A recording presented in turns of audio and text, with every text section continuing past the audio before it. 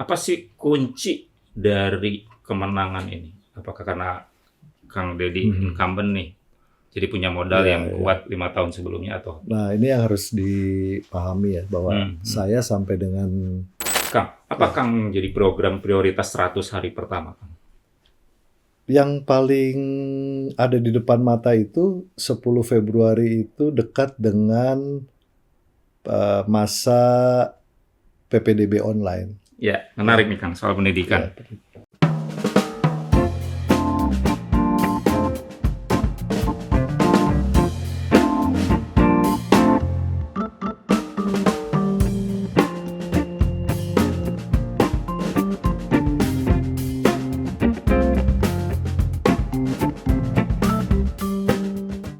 Halo Tribuner, jumpa lagi bersama saya Widya Naldi dalam program Tribun Talks edisi Gebrakan Sang Pemimpin. Pemilihan Wali Kota Bogor 2024 sudah berakhir. Pasangan Deddy Rahim dan Jenderal Mutakin berhasil memenangkan pilkada dengan perolehan suara hampir lebih dari 37%. Untuk mengetahui lebih jauh program kerja dan mengenal lebih dekat siapa Wali Kota 5 tahun berikutnya, sudah hadir di studio Tribun Bogor, Bapak Deddy Rahim, Wali Kota Bogor terpilih. Assalamualaikum, Kang Deddy. Waalaikumsalam, Kang Widi. Sehat? Alhamdulillah. Salam dulu dong. Tidur sudah nyenyak sekarang? Tidur mah biasa ya. Karena alhamdulillah masyarakat masih banyak undangan, jadi Masih undangan. ya, dari Jadi pagi undangan sudah. tidak berkurang ya? Sejauh ini tidak ya, alhamdulillah masih Jadi mengalir saksi terus. pernikahan pasti ya? Tetap ya? profesi utama. Profesi utama. Ya, Selamat Kang Deddy Ya. sama Kang Jenal yang sudah memenangkan pilkada Wali Kota 2024. Dari sejak awal memang sudah diprediksi berdasarkan hasil survei sebelumnya. Ya. Tapi yang jadi pertanyaan saya, apakah Akang sendiri sudah memprediksi bakal kemenangan ini? Sebetulnya sama seperti yang disampaikan Kang Widi tadi, bahwa semua itu bukan prediksi, tapi semua itu adalah pendekatan secara ilmiah atau saintifik melalui survei. Hasil survei, iya. Jadi artinya saya sangat percaya bahwa survei yang dilakukan oleh lembaga yang kredibel itu bisa menggambarkan tentang kondisi atau situasi yang ada di depan kita. Kondisi sebenarnya. Ya, kurang lebih seperti itu. Jadi sebetulnya kita pun meminta lembaga survei itu untuk melaksanakan survei adalah dalam rangka kita melakukan evaluasi. Jadi bukan dalam rangka untuk menghibur diri ya. Jadi betul-betul apa kira-kira kekurangan, apa yang harus diperbaiki. Dan itu terjawab dalam hasil survei dan akurasinya cukup tinggi ya, sehingga kalau boleh dibilang ya kita pakai itu sebagai landasan untuk kita bergerak dan melangkah. Gitu kan. Artinya dengan prediksi ataupun dengan hasil survei itu kan 90% menggambarkan kondisi sebenarnya. Dan Kang Deddy berhasil meraup 37% dengan 5 calon ya. Dan itu sangat luar biasa gitu. Artinya dengan calon yang cukup banyak kan dibanding dengan tetangga kita di kabupaten yang dengan 2 calon.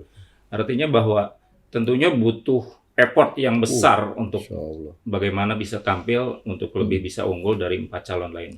Strateginya apa, Kang? Saya melihat sebetulnya tantangannya kan berat ya.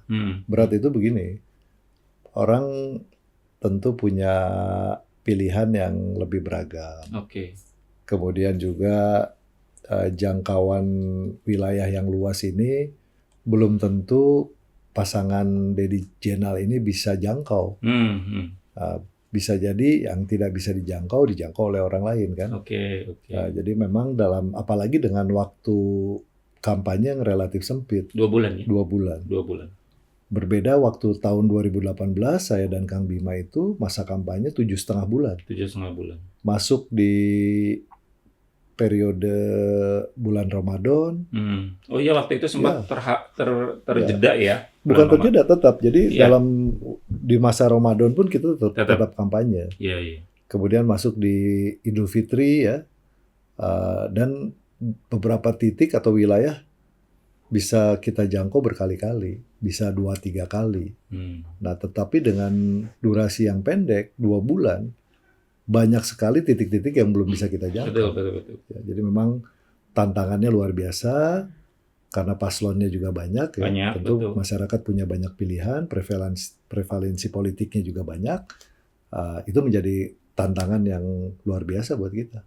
Tentunya strategi 5 tahun yang lalu berbeda dengan strategi sekarang, karena dulu kan mungkin tidak sebanyak saat ini kan. Betul. Apalagi setelah keputusan MK kemarin, tiba-tiba kan calon semakin bertambah. Tentunya ada perubahan strategi. Atau apa sih kunci dari kemenangan ini? Apakah karena Kang Deddy incumbent nih, jadi punya modal yang kuat 5 tahun sebelumnya, atau? Nah, ini yang harus dipahami ya, bahwa saya sampai dengan akhir April masa pasca purna tugas itu, saya kan nggak pernah ngomong saya mau maju jadi wali kota Bogor. Ya. Saya baru secara lugas saya menyampaikan ke publik itu kan setelah betul-betul ada dukungan politik. Nah, jadi memang tentu dalam kondisi yang kurang lebih belakangan lah ya, menyampaikan posisi ya di mana kita akan maju sebagai wali kota, bukan cuman terlambat sebetulnya. Tetapi memang paslon lain mungkin bisa lebih lugas menyampaikan informasinya kepada publik bahwa mereka mau jadi wali kota kan. Betul. Sementara saya punya keterbatasan. Orang saya masih jadi wakil wali kota, gimana mau ngomong jadi wali kota kan. Nah, jadi kondisi itu sebetulnya menjadi tantangan, sehingga strateginya pun mungkin sangat berbeda.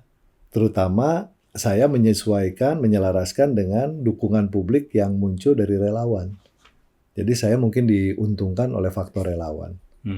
Ya, kalau yang lain-lain mungkin bisa pasang billboard, bisa pasang banner. Tetapi karena saya lebih mengedepankan komunikasi langsung ya dengan tokoh-tokoh, dan tokoh-tokoh ini punya kelompok-kelompok yang boleh disebut sebagai kelompok-kelompok relawan pendukung. Maka strategi ini yang kemudian menjadi basis pergerakan pasangan Deddy dan Jenal. Bicara relawan itu memang sudah disiapkan sejak 5 tahun lalu, atau memang pada injury time ketika Akang pada akhirnya diusung oleh parpol untuk menjadi calon wali kota? Sebetulnya relawan ini generik ya, muncul secara alami, muncul dari grassroots, mungkin karena berbagai pertimbangan. Muncul pertama kali itu kalau nggak salah di tahun 2021 pas menjelang akhir pandemi COVID. Mulai tuh beberapa unsur di masyarakat melakukan semacam dukungan secara terbuka ya. Dan saya waktu itu merespon tentu tidak dalam konteks saya akan maju sebagai wali kota Bogor. Belum. Jadi artinya relawannya sudah tumbuh, tetapi tentu sayanya kan masih harus berhitung. Karena kan 2019 bulan April dilantik, bulan Maret 2020 sudah pandemi COVID. Pandemi COVID itu hampir 2 tahun. 2020-2021. Jadi bagaimana mau mikirin soal pilkada? Dulu fokus tuh bagaimana saja, COVID. Ya, penyelesaian permasalahan COVID saja dulu. Nah, tapi dari situ sudah mulai muncul dan belakangan ada 112 relawan. Elemen relawan yang secara organik tumbuh. Gitu. Sampai akhirnya setelah sebelum PAN yang pertama kali ngusung Kang Deddy kan, kapan akhirnya tercetus Akang untuk maju? Pada saat pertama kali di tanggal 3 Februari 2024. Setelah purna itu? Belum, sebelum purna. Sebelum purna. Kan waktu itu pencoblosan tanggal 14 Februari ya. Ini tanggal 3 Februari atau tanggal 4 Februari. Jadi 10 hari menjelang pencoblosan pileg dan pilpres. Nah, Bang Zul, kemudian juga Pak Edi Suparno, Ketua PAN, termasuk Kang Bima, menyampaikan secara terbuka tentang dukungan kepada Deddy Rahim untuk bisa maju sebagai wali kota Bogor. Yes.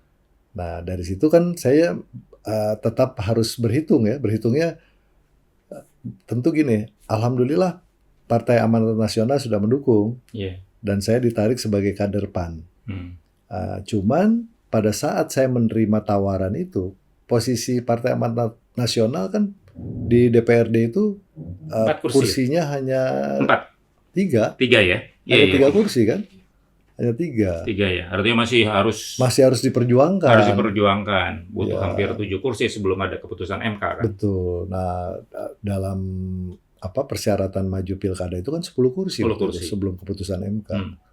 Nah, jadi memang saya belum secara langsung menyatakan bahwa saya akan maju, kemudian memastikan dengan siapa, dengan partai apa. Karena meskipun memang tiket dari PAN sudah ada. Ya, karena tetap harus dibangun koalisinya, ya kan. Dan saat itu memang anggota legislatif kan sedang berjuang.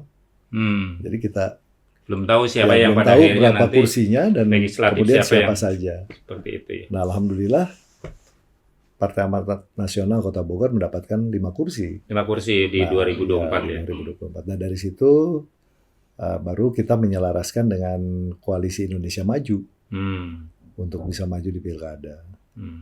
Ya, jadi memang dinamikanya cukup naik turun ya. Seperti itu. Ya. Meskipun sebenarnya kalau kita ngelihat ke kabupaten, di kota tidak terjadi kimplus ya, Kang ya.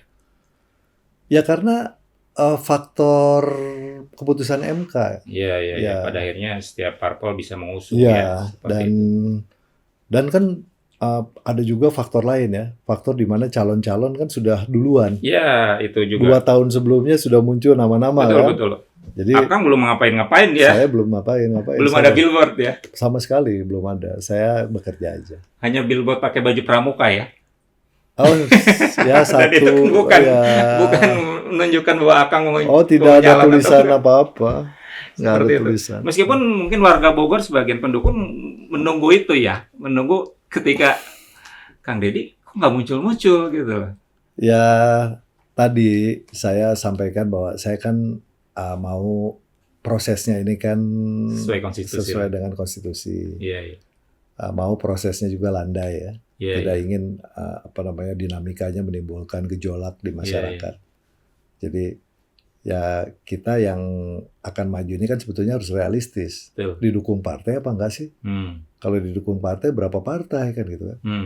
Kalau misalnya pun didukung oleh beberapa partai, kemudian siapa yang jadi wali kota, siapa yang jadi wakil wali kotanya, kan masih banyak di dalam benak pikiran kan berkecamuk kan di situ kan.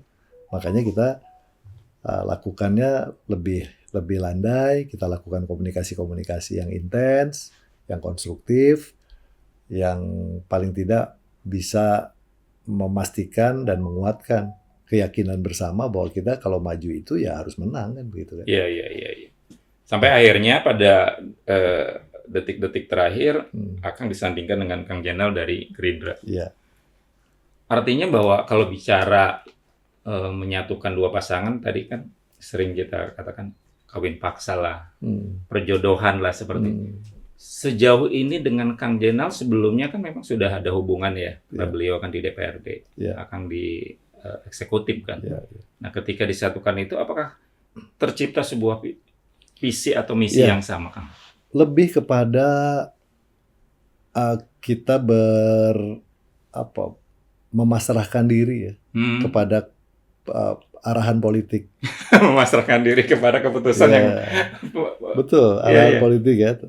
Tentu ujung-ujungnya kan keputusan Allah Subhanahu wa Ta'ala. Iya. Tapi prosesnya itu kan berjalan sambil, artinya begini, berjalan sambil ada dialog-dialognya kan. Ada dialog-dialognya. Nah, dalam proses dialog itu Bahkan jangankan Kang Jenal, Iya. saya juga nggak tahu. Dinamikanya kan mirip dengan kabupaten, hanya tidak terlalu menonjol. Iya. Jadi waktu itu bisa jadi kan begini, karena partai pemenang pemilu Pilpresnya adalah Gerindra, sama dengan di Kabupaten Bogor kan, bisa jadi yang diusung menjadi wali kotanya dari Gerindra. Iya. Di Kota Bogor pun saya kan belum tahu. Apalagi dengan jumlah kursi yang mungkin lebih kecil dari partai yang lain. Tapi kan dengan dialog-dialog, dengan bahan-bahan ya, sebagai pelengkap, sebagai bahan untuk pertimbangan, ada hasil survei yang sifatnya ilmiah dan scientific atau inilah ya, akademis, maka itu dijadikan pertimbangan. Iya, data-data itu menjadi pertimbangan, termasuk data elektabilitas dan popularitas tentunya kan seperti itu kan, dan itu tidak bisa dipungkiri kan seperti itu. Nah itu tantangannya memang nggak gampang. Nggak gampang ya. Mudah-mudahan 5 tahun ke depan menjadi lebih mudah lagi ya. Saya nggak mau berandai-andai ya. Saya kerja aja. Ya. Saya tentu harus merespon dukungan masyarakat ini dengan kerja keras, kerja yang efektif ya. Bagaimana kemudian bisa mendekatkan mimpi dengan harapan masyarakat itu menjadi kenyataan. Dan tentunya kita buktikan dengan tekad kita untuk tadi mengimplementasikan janji-janji politik. Janji politik. Kang Deddy bicara janji politik dari awal juga jargon yang diusung adalah Bogor beres sih. Kang boleh jelaskan Bogor beres itu seberapa beres sih Kang? Terus mungkin ada implementasi atau mungkin ada dari mindset lain yang seharusnya mungkin masyarakat perlu tahu dengan apa Bogor beres ini? Bogor kalau kita bicara ini ya. Tagline Bogor beres ini kan datangnya dari konsultan politik. Oke. Bagaimana mempersonifikasikan ya seorang Deddy Rahim dalam sebuah kalimat atau kata yang kurang lebih sesuai. Seperti itu ya. Sebetulnya begitu. Nah, jadi dari beberapa evidence mungkin ya, dari beberapa fakta dianggap gitu kan, saya bisa membantu Kang Bima. Saya bisa mewujudkan beberapa harapan masyarakat yang sebelumnya mungkin agak sulit. Kemudian juga bisa membuktikan bahwa beberapa persoalan bisa diselesaikan. Nah, waktu awal memang usulannya itu ada yang agak unik ya, disebut Mr. Fixer katanya kan. Mr. Fixer itu apa Kang? Ya tadi kurang lebih bahasa Inggris dari orang yang bisa ngeberesin kan gitu kan. Gitu. Jadi muncul dari situ dan di beberapa teman-teman media juga disebut bahwa Pak Deddy mah kalau udah turun di sini pasti beres karena Mr. Fixer gitu kan. Tapi kan kalau kita geser ke ruang marketing gitu kan. Iya. Tentu harus dicarikan. Agak tidak bisa menjual ya. Jadi karena sebagian orang juga mungkin akan terlalu sulit untuk mencerna ya. Nah, makanya karena dianggap bisa membantu Kang Bima, bisa menyelesaikan beberapa persoalan, maka disebutlah Pak Deddy ini kalau nanti jadi wali kota Bogor beres kan gitu kan. Nah, itu yang dipakai. Nah, tentu kemudian ya tadi kita pakai sebagai tagline untuk kampanye kita. Dan itu cukup ampuh ya? Dari survei terakhir juga ya, kita lakukan survei juga, apakah nama ini atau tagline ini cukup efektif. Ternyata kita paling direspon masyarakat ya, dengan angka respon positif masyarakat dari paling tinggi juga. Jadi memang segala sesuatunya kita pengen bener nggak sih? Nah kalau benar ini kan harus diujinya dari mana? Dari survei. Surveinya kemana? Ya ditanya masyarakat. Kalau kata masyarakat nggak cocok, ya kan kita harus evaluasi. Betul. Nah tapi karena beberapa kali dilakukan pendekatan melalui survei dan menurut masyarakat tagline itu punya nilai positif, maka ya kita teruskan sampai dengan.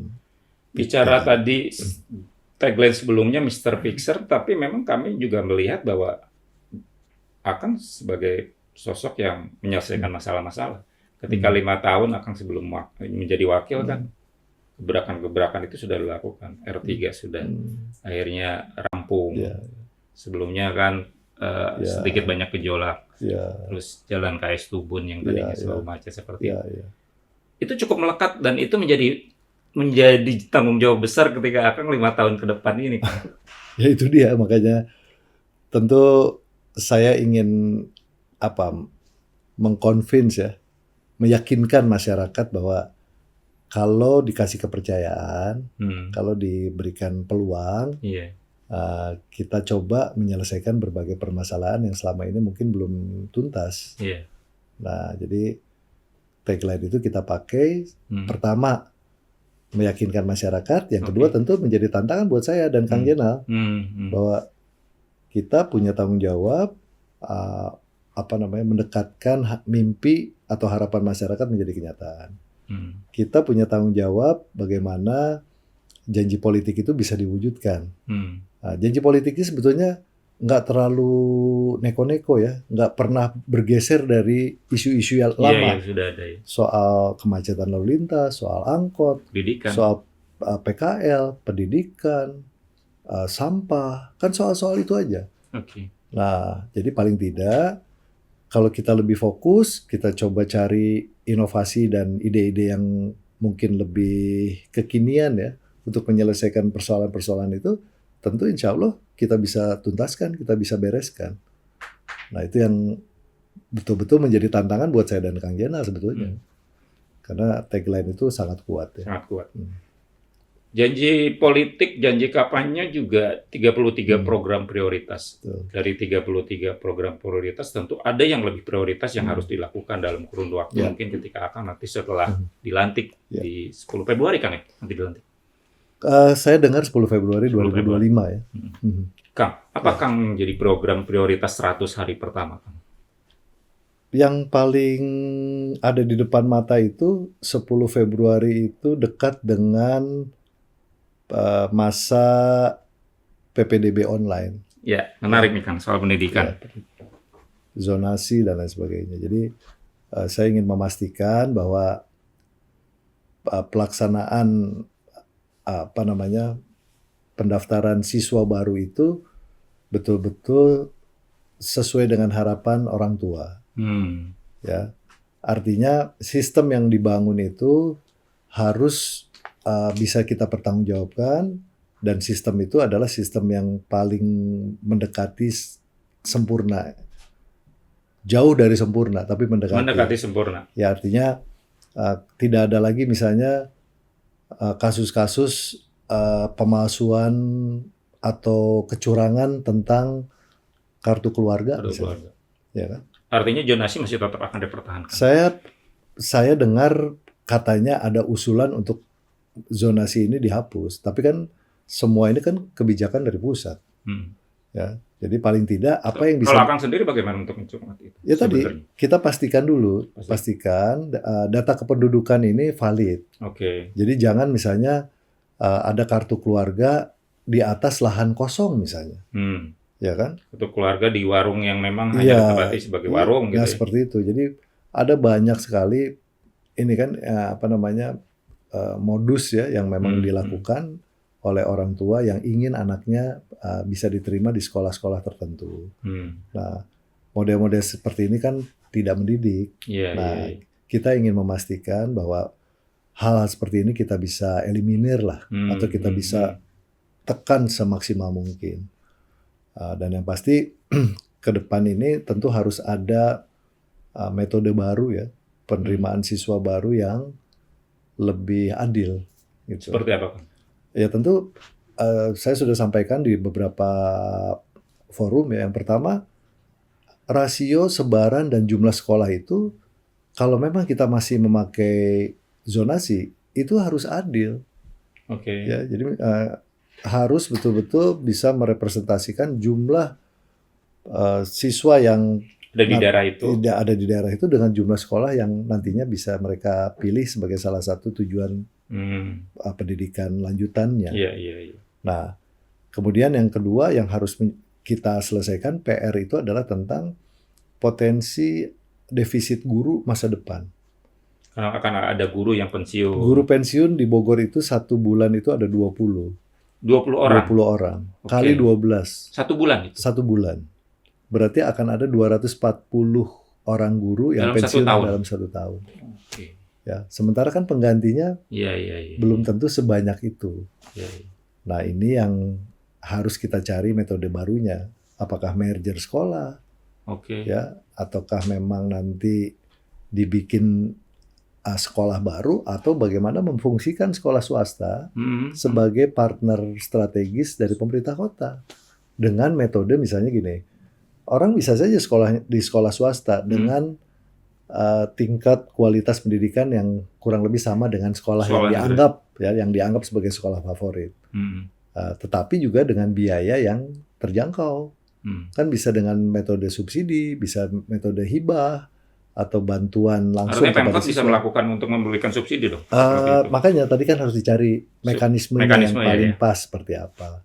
Tapi itu menjadi salah satu prioritas adalah bidang pendidikan. Bidang pendidikan. Ya. Artinya bahwa menambah sekolah baru pun ketika gurunya juga tidak kuota memadai, gurunya tidak memadai juga percuma ya. Makanya kita nggak bisa sembarangan ngomong, oh kita akan tambah misalnya satu kelurahan 2 sekolah baru, kan nggak bisa begitu. Faktanya gurunya dari mana, ya kan? Itu yang justru tidak hanya sekedar infrastruktur yang disiapkan ya. Jadi kesiapan sumber daya manusianya pun harus kita hitung. Jadi sama dengan misalnya gini, oh kita akan mengadakan ambulans di setiap kelurahan. Itu pasangan yang mana? Nggak ada, misalnya. Nggak. Saya mau bicaranya tadi. Iya. Kalau buat saya dan Kang Jenal. Iya. Tentu harus hati-hati. Iya. Karena kita tahu ada Permenkes tentang bagaimana ambulans itu dioperasionalisasikan. Ada ketentuan-ketentuan yang mengikat. Berapa banyak misalnya tenaga medis, dokter yang mungkin bisa, yang harusnya nanti ada di kendaraan ambulans tadi kan. Nah, ini kan betul-betul harus kita hitung. Jadi nggak bisa kita ngomong bebas gitu kan. Tapi harus berbasis data, ada juga informasi yang akurat, seperti itu. Berarti 33 program juga itu berdasarkan baseline-nya data ya? Iya, betul. Seperti itu. Oke Kang, tadi bicara pendidikan, sekarang bicara transportasi, ini juga salah satu hal krusial di Kota Bogor. Ya. Seperti itu kan. Akang dulu juga pernah melontarkan soal gagasan konversi angkot dengan Kang Bima ya, seperti itu. Kemudian juga ada usulan untuk membuat tram seperti itu. Apakah 5 tahun ke depan ini, itu akan menjadi hal yang menjadi prioritas? Saya pikir itu jadi prioritas. Kenapa? Karena memang masyarakat ini kan butuh sistem transportasi yang handal. Kita bicaranya kan bukan hanya Kota Bogor. Bogor ke Jakarta ini 40 menit loh. Sampai Halim 40 menit, bisa naik kereta cepat sampai ke Bandung yang hanya 30 menit, 30 menit. Ya. Kemudian di Jakarta ada LRT, ada MRT, ada Transjakarta, ada Jaklingko. Nah, jarak yang pendek ini, bagaimana kita bisa mengimplementasikan sisi keadilan masyarakat bertransportasi publik. Kan kita harus pikirkan itu. Ya, jadi kalau di Jakarta ada LRT, ada MRT, ada kereta cepat, masa di Bogor kemudian kita punya kualitas transportasi yang jauh. Nah, paling tidak yang sudah kita bangun sekarang, bis kita adalah sebuah embrio pembangunan sistem transportasi modern Kota Bogor. Ya, meskipun tadi kita punya kendala di subsidinya. Ya. Subsidi yang selama ini di cover oleh pemerintah pusat, kan diminta untuk dikembalikan ke pemerintah daerah. Tapi kalau menurut saya keuangan pemerintah daerah ini kan harus dihitung, mampu atau tidak. Kemampuannya seperti apa, Kang? Kalau menurut saya belum mampu. Belum mampu. Kebutuhannya berapa, Kang? Kalau misalkan di-cover oleh pemerintah daerah per tahun? Ya mungkin sekitar seperti yang di-cover oleh pemerintah pusat ya, mungkin kisarannya 50-an miliar. 50 miliar? Iya. Itu akan menyodok anggaran belanja ya? Tentu, makanya saya lebih realistis. Bagaimana tetap sementara ini program BTS yang dibantu oleh pemerintah pusat itu tetap digelontorkan di Kota Bogor. Artinya lobby Akang ke pemerintah juga bisa dilakukan itu untuk tetap bahwa Ya program tentulah, subsidi. kan dari awal BTS ada di Kota Bogor juga ada unsur komunikasinya, ada unsur permohonannya, lobbynya, dan itu sudah terimplementasi. Hanya kelanjutannya ini kan harus dipikirkan juga. Karena kalau program BTS ini kan investasi, ada capex, ada opex-nya kan gitu Oke. kan. Nah, capex opex-nya si pengusaha juga harus kita pikirkan. Bagaimana tanggung jawab pemerintah? Masyarakat kan sekarang sudah ada ketergantungan dengan bis kita Betul, misalnya. betul. Bahkan ada wacana menghapus 2 koridor itu menjadi riak-riak juga kan? Iya makanya kita harus lihat karena tidak mungkin misalnya gini, tidak ada subsidi, harga sekarang 4.000 4.000. ya, karena harus di cover dari biaya keekonomiannya gitu kan, maka misalnya masyarakat harus bayar 12.000.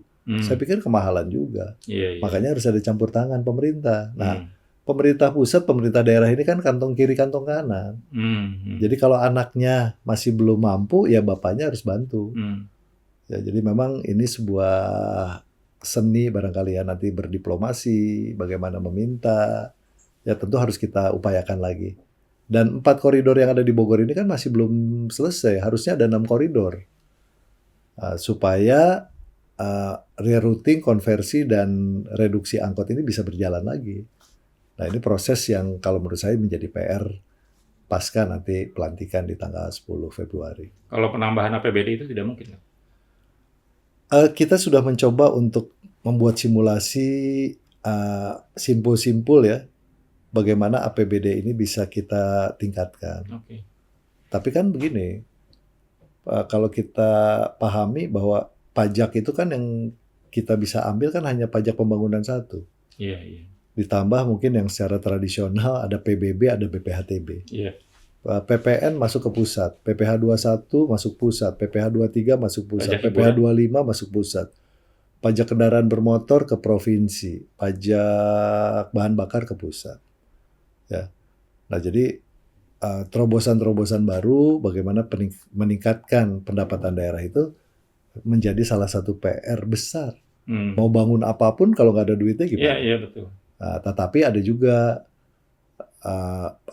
alternatif bagaimana misalnya pembiayaan dari pusat juga bisa kita tarik ke Bogor. Nah, itu kan butuh lobby-lobby. Iya. Jadi memang sudah ada skema peningkatan PAD Kota Bogor dari beberapa sumber. Tetapi kan harus bisa dibuktikan nanti kan. Oke. Harus bisa di-exercise dulu kan bagaimana, di mana simpulnya, titiknya di mana, kelemahannya apa. Harus ada dorongan dari kebijakan pemerintah daerahnya seperti apa, bagaimana bantuan dari pemerintah pusatnya. Tentu harus kita diskusikan nanti setelah resmi. Bicara soal perubahan anggaran tentunya akan berhubungan dengan legislatif. Sejauh ini komunikasi dengan legislatif kan kalau bicara akan parpol pendukung sendiri kan mungkin hanya Demokrat, PAN, Gerindra ya. Artinya sebagian besar kan yang memang sejauh ini tidak masuk dalam koalisi. Ya. Hubungan yang harus dijalin seperti apa, Kang? Artinya sebetulnya kan pembangunan bisa berjalan juga kalau ada ketok palu dari sana juga. Kalau di Undang-Undang Pemerintah Daerah ya, pemerintah daerah adalah legislatif dan eksekutif. Jadi saya pikir kan pilkada itu kan mekanisme untuk mencari pimpinan daerah. Iya. Tetapi penyelenggaraan pemerintahan itu kan terdiri dari eksekutif dan legislatif. Saya dengan Kang Jenal. Kang Jenal ini mantan wakil ketua DPRD Kota Bogor. 3 periode jadi anggota DPRD. Saya yakinlah hubungannya baik. Ya. Jadi saya sudah menjalin hubungan baik juga dengan para pimpinan-pimpinan partai, dengan anggota legislatif. Tentu dengan adanya posisi Kang Jenal yang sudah pernah menjadi wakil ketua DPRD, saya yakinlah komunikasi tidak terlalu sulit untuk Artinya tidak perlu memulai dari nol ya? Saya pikir tidak. Itu juga mungkin yang jadi pilihan kenapa akan memilih Kang Jenal? Saya nggak bisa ngomong begitu ya, karena tadi saya bilang semua ini kan keputusan partai ya. Jadi kita fatsunnya ke atas ya? Iya, karena nggak bisa saya mau, saya ingin itu kan nggak bisa. Akang mau dengan siapa, dengan itu tidak bisa. Nggak bisa. Kan saya sudah mengalami. Seperti itu waktu periode sebelumnya. Iya. termasuk ya tadi periode yang sekarang kan, uh, ya kita lebih menyerahkan pada mekanisme politik saja. Ya di atas itu kan sudah tahu ya, ada hitungannya, ada ukurannya. Iya, Ya iya, kita kalau parameternya udah ada lah ya. kalau kemudian memenuhi kriteria para pimpinan partai, ya kita bisa masuk. Kalau nggak memenuhi, mungkin tidak bisa masuk. Jadi memang bukan ego pribadi ya. Ini urusan bagaimana politik ini dibangun berdasarkan kepentingan bersama. Dan tentu ada poin-poin di mana ada individu atau person yang mungkin bisa merepresentasikan dari kepentingan partai untuk kepentingan masyarakat kan gitu. Bagaimana mengeliminir kepentingan politik? Politik itu kan cara untuk mencapai tujuan ya. Yeah. Jadi nggak ada masalah. Ya politik ya menjadi bagian dari langkah pengambilan keputusan, kebijaksanaan ya dari pemerintah daerah atau kebijakan pemerintah daerah. Dan saya pikir bukan sesuatu yang menghambat, justru kepentingannya kan sama. Konstituen kan. Konstituen siapa sih? Masyarakat. Cuman ada kelompok ini. Kalau diambil secara garis besar kan kepentingan bersama. Jadi nggak ada masalah. Kang, kembali lagi Kang bicara ke pilkada kemarin, pasangan Deddy Rahim itu kan hampir mutlak menang di semua kecamatan. Bahkan di kecamatan Bogor Selatan dengan calon lain itu ada sampai gapnya itu sampai 14.000 suara. Sebenarnya kantong-kantong itu 6 itu menjadi kantong Kang Deddy atau justru di luar ekspektasi? Kalau partisipasi politiknya lebih tinggi ya, mungkin saya optimis mungkin bisa lebih banyak. Lebih banyak ya. Mungkin bisa lebih di angka 37%. Iya, sesuai dengan prediksi atau sesuai dengan survei kan ada di kisaran 40 ya. 42. Bahwa kemudian sekarang menang di hampir semua kecamatan ya alhamdulillah, karena memang yang kita jual itu kan adalah background, kemudian juga track record ya, dan juga hasil-hasil yang sudah pernah dirasakan 5 tahun sebelumnya atau bahkan seperti Kang Jenal kan pernah juga misalnya terlibat langsung dalam pembentukan perda tentang diniyah takmiliyah misalnya. Kemudian terlibat langsung juga di tahun 2022-2023 itu tentang perda pondok pesantren. Ya kan? Itu fakta.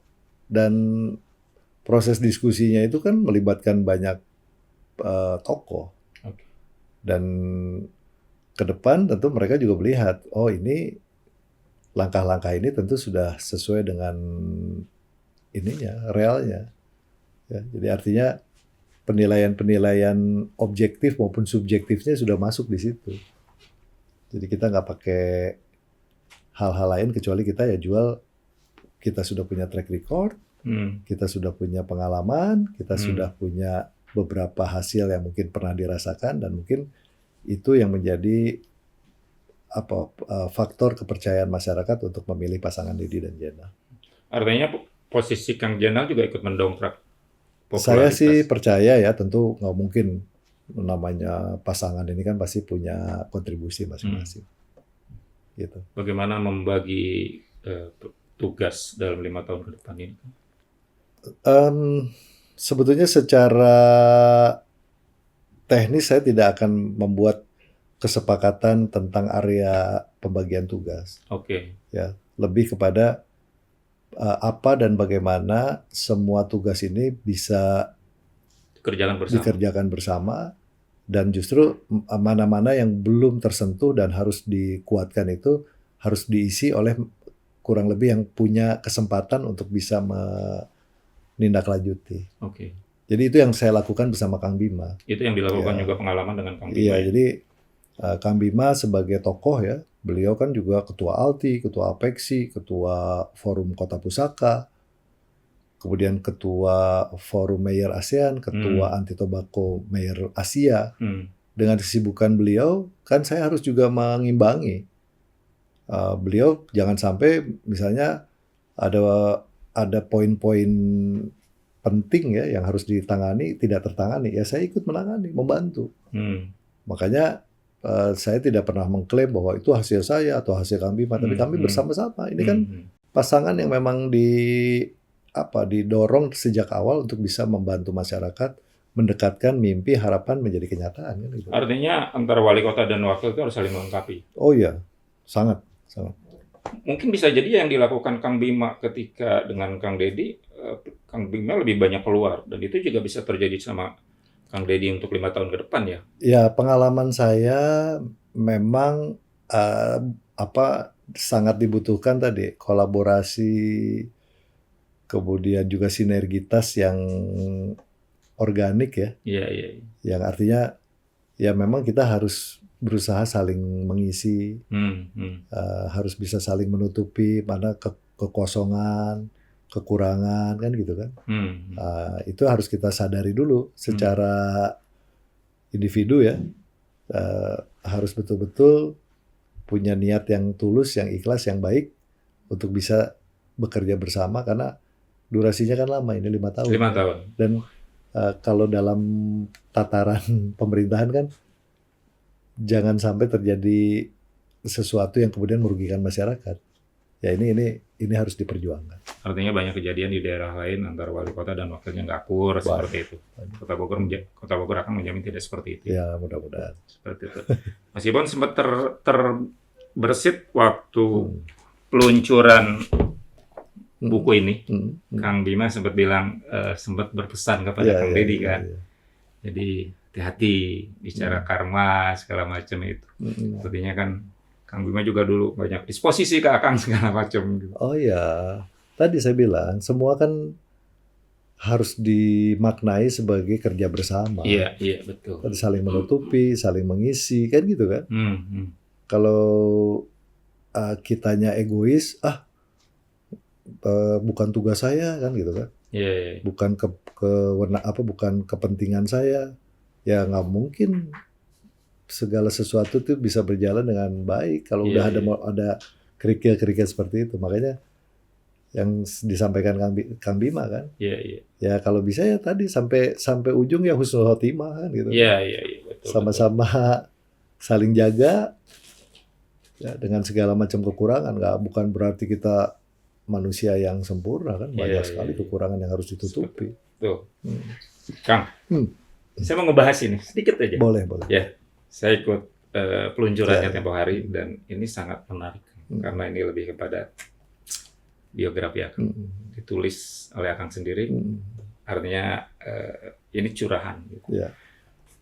Suatu hari saya pernah ngobrol dengan Akang, cukup lama, waktu Akang masih sekitar 2 tahun menjabat sebagai wakil wali kota. Pertanyaan saya cuma satu waktu itu, Akang mau naik lagi apa enggak? Karena kalau tidak naik percuma. Karena apa? Akang jadi wakil wali kota terus tidak ada kepikiran ataupun tidak ada nawaitu untuk maju sebagai wali kota. Sedangkan posisi Akang dulu di KPK itu kan sebagai mau menjadi deputi. Tiba-tiba itu berubah dalam dinamika waktu itu. Bicara soal kembali kepada buku ini. Sebenarnya apa sih Kang yang tersirat dalam buku ini? Buku ini sebetulnya buku sederhana aja. Ya. Saya tulis itu, saya perlu untuk menulis ini karena momentum penting dalam kehidupan saya itu adalah keluarnya saya dari KPK. KPK itu sebuah institusi yang pada saat itu ya sangat superpower, sangat ditakuti, sangat diminati oleh banyak orang ya, sangat dicintai oleh banyak orang. Dan saya keluar di tahun 2018 awal, setelah 15 tahun. Setelah 13 tahun lah ya. 13 tahun ya. Setelah 13 tahun dan pada saat itu posisi KPK masih bagus-bagusnya kan gitu. Ya di dalam momentum itu ada peristiwa yang terkait langsung dengan Kang Bima. Oke. Ya. Kan saya nggak pernah tahu kenapa Kang Bima memilih saya kan gitu kan. Dari sekian banyak orang Tapi di Bogor. sebelumnya sudah mengenal Kang Bima. Oh tentu, kami kan sama-sama orang Bogor. Oke. Kakek saya dan Kang Bima itu bersahabat. Oke.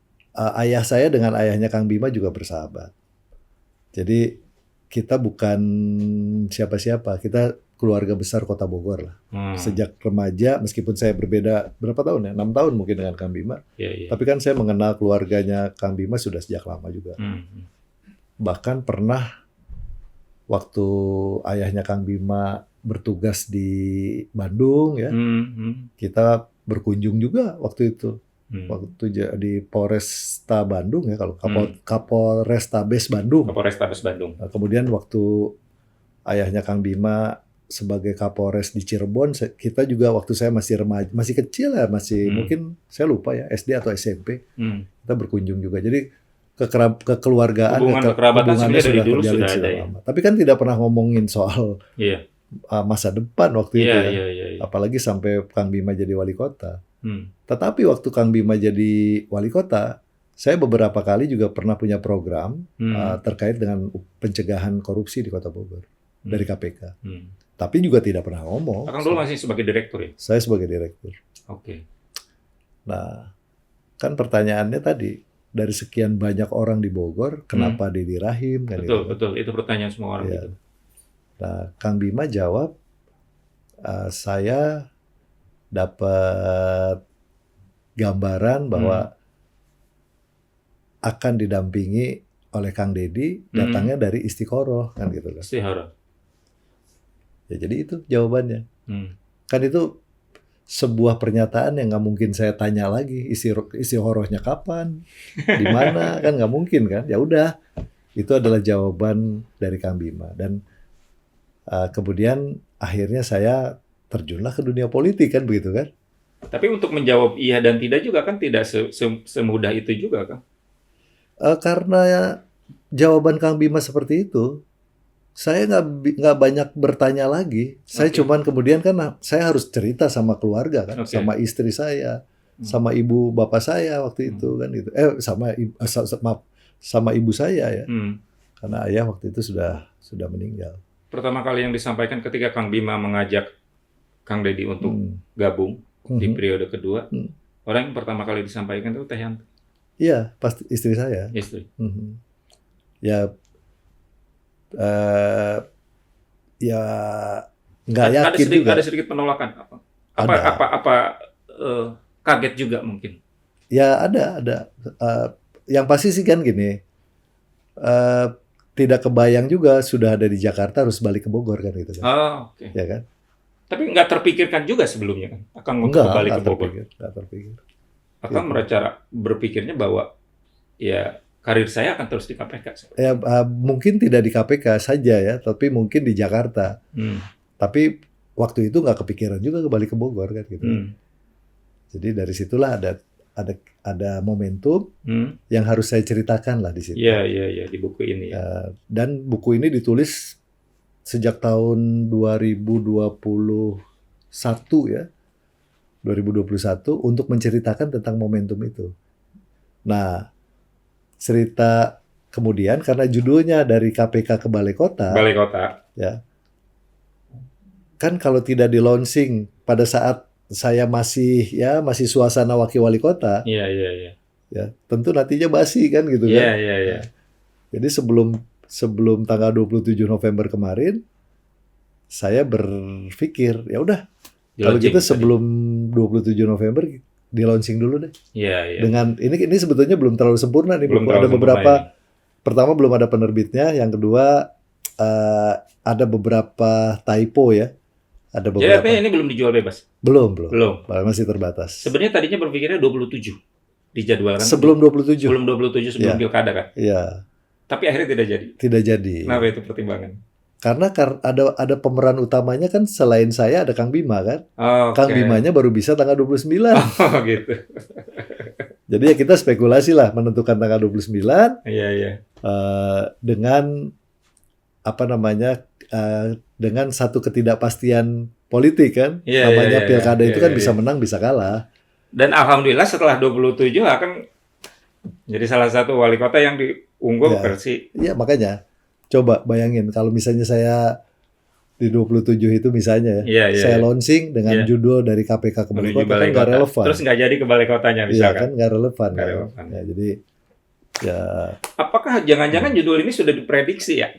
Buku ini sudah diprediksi akan bakal 2024 akan ke balai kota. nggak Nggak sejauh sampai itu, Pak. sejauh Nggak itu. sejauh itu. Jadi yang tadi saya ceritakan karena buku ini ditulis 3 tahun yang lalu, Ah, yang diceritakan itu tentang dari KPK ke balai kota saya sebagai wakil wali kota Oke. gitu.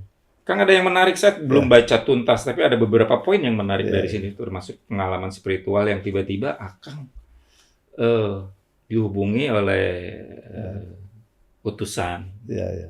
Mama Nahrawi. Nahrawi. Boleh diceritakan, Kang? Itu kan sebenarnya kalau saya baca di luar prediksi atau di luar nalar lah, Ya, seperti ya. itu.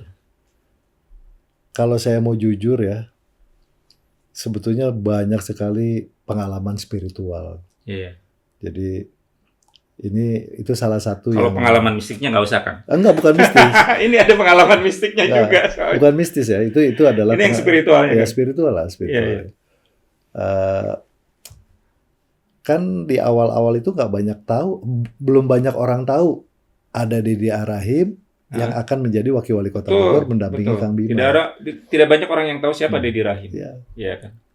nah, dalam Termasuk kita di media ya juga. dalam penggalan cerita itu kan hari ketiga setelah adanya rekomendasi partai. Iya. Saya masih ingat itu tanggal 29 Desember 2017. Ya, pada saat saya dan Kang Bima baru pulang dari Bandung jam 5 subuh setelah menerima rekom dari Nasdem. Partai Nasdem. Ya. Tuh. Sampai Bogor jam 5 subuh. Waktu sebelum pisah kendaraan sama Kang Bima ngomong begini, Kang, kan kita harus siapin foto. Nanti foto ini kita akan sampaikan ke KPU sebagai kelengkapan administrasi lah. Pendaftaran. Ya, kalau nggak salah tanggal 3 ya mulai pendaftaran, tanggal 3 Januari atau sampai tanggal 8 Januari waktu itu. Nah, jadi di tanggal 29 Desember karena sudah akhir tahun, maka Kang Bima, aduh kalau nanti kita baru mulai di awal tahun, takutnya nggak keburu. Gitu. Nah, pada saat itulah jam 8 paginya saya ngambil foto di daerah Sentul. Nah, pada saat sebelum ngambil foto, saya kan meskipun saya orang Bogor, tapi kan sudah lama saya nggak terlalu intens ya berhubungan di Bogor, ya, Kang, dengan tokoh-tokoh. Jadi saya tanya sama kawan saya yang waktu itu mendampingi saya mengambil sesi pemotretan. Namanya Kang Yayat. Kang, siapa orang pertama yang harus saya temuin ya? Paling tidak setelah saya sudah punya kepastian untuk mencalonkan sebagai wakil wali kota Bogor. Kang Yayat ngomong gini, wah, Kang Deddy harus ketemu sama Mama Nahrawi. Mama Nahrawi yang mana, saya bilang kan? Mama Nahrawi yang pimpinan Pondok Pesantren Asogiri. Tahu alamatnya nggak? Tahu alamatnya. Tahu nomor teleponnya nggak? Boro-boro katanya. Ya. Di detik itu juga handphone saya bunyi. Saat itu juga handphone saya bunyi. Assalamualaikum, Kang Deddy, ya. Kang, Akang diantos ku Mama Nahrawi katanya. Gitu. Saya nanya ke Kang Yayat, Kang, tadi namanya siapa? Mama Nahrawi. Ini saya ditelepon, disuruh ketemu sama beliau. Jadi itu saya nggak ceritakan lagi, tapi itu adalah salah satu pengalaman saya. Yang kalau menurut saya itu pengalaman spiritual saya. Dari situ saya mengenal Mama Nahrawi dan hampir saya tidak pernah tidak hadir ya kalau beliau mengundang atau meminta saya untuk datang ke Pondok Pesantren Asogiri. Seperti itu ya. Iya. Jadi itu pengalaman yang kalau menurut saya sulit ya diceritakan dengan akal sehat, dan saya mengalami sendiri. Seperti itu ya. Iya. Ada pesan-pesan waktu itu yang disampaikan oleh Mama Nadia? Ada beberapa pesan ya, tentunya saya nggak usah ungkapkan di sini, tapi ada beberapa pesan yang pasti sih beliau ingin saya betul-betul memperhatikan persoalan-persoalan sosial yang ada di masyarakat. Seperti itu. Iya. Salah satunya tentang bagaimana umat Islam di Bogor bisa diayomi, maju dan berkembang, dan seterusnya. Baik. Terima kasih Kang Deddy. 5 tahun, waktu yang pendek, tapi 5 tahun warga Kota Bogor berharap banyak kepada Kang Deddy dan Kang Jenal lewat tagline Bogor Beres. Mudah-mudahan 33 program prioritas, mudah-mudahan Bogor memang semakin beres. Amin. Kemacetan, transportasi, pendidikan semakin baik lagi. Ya. Karena 37% yang mendukung Akang sangat berharap bahwa Akang mewujudkan janji-janji politik. Amin. Amin. Terima kasih Kang Deddy Rahim. Terima kasih. Wali Kota terpilih Bogor atas kesediaan waktunya. Siap. Semoga tetap sehat selalu. Amin. Mudah-mudahan Bogor semakin baik lagi ke depan. Amin. Tribuners, itu tadi perbincangan singkat tapi cukup mengasihkan dengan Kang Deddy. Tunggu ini relaunching. Rencana mungkin tanggal 29 Desember ini ya. 29 Desember. Teman-teman warga Kota Bogor, pendukung Kang Deddy ataupun yang sebelumnya belum tahu Kang Deddy harus punya buku ini. Ini loh kilas balik Kang Deddy. Kenapa? Dari KPK menuju Balai. Terima kasih perhatiannya, Tribuners. Terima kasih dalam edisi Tribun Talk spesial Gebrakan Sang Pemimpin. Saya Widi Hanaldi, pamit undur diri. Terima kasih. Terima kasih, Kang. Download Tribun X sekarang. Menghadirkan lokal menjadi Indonesia.